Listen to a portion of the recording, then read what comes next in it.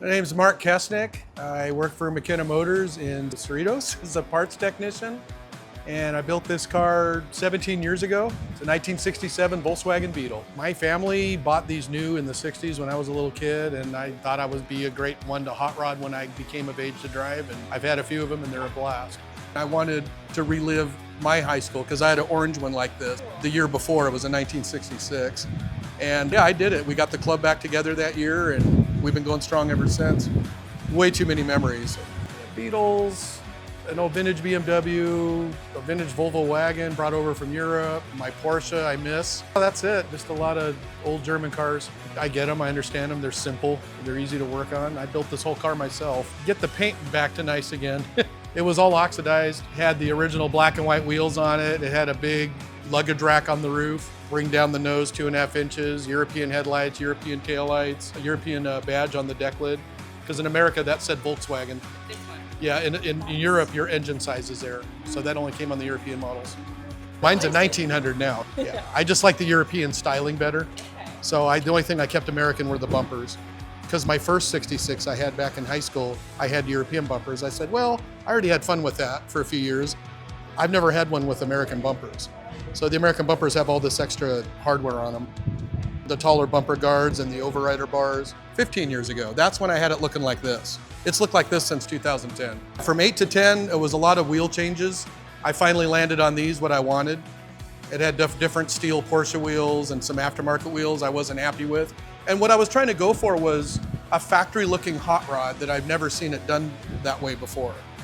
So that's why I went kind of factory looking on the engine throughout the whole interior. I left the factory trim on there and just kind of changed the finish a little bit to match the car. The factory finish on these wheels, which no one does on VWs. Is that the American taillight, or is that just a different year? Okay, the original ones were round dating back to 49, but they were tiny. They were probably 2 inches in diameter. Ironically, Volkswagen went back to those in 1973. They went back to a giant round taillight that was probably about 8 or 9 inches. Yeah, quite a dramatic.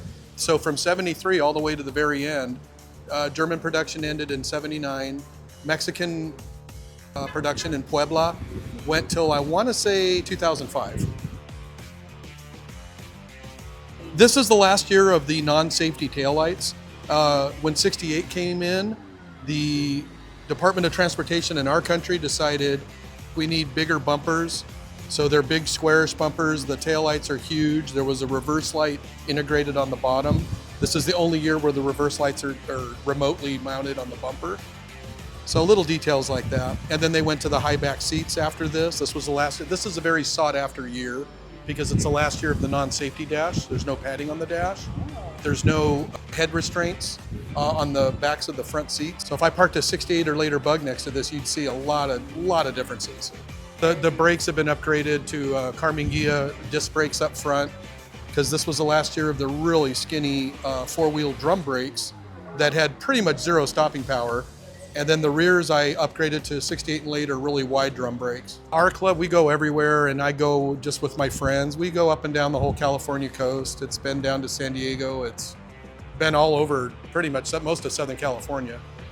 It's not really a show car. I built it to drive and enjoy. That's why it's not absolutely perfect. And I wanted that way. It's what I call a 20-foot car. If I put my readers on and get up to it, it's like, okay, but I enjoy it. Just driving it puts a smile on my face.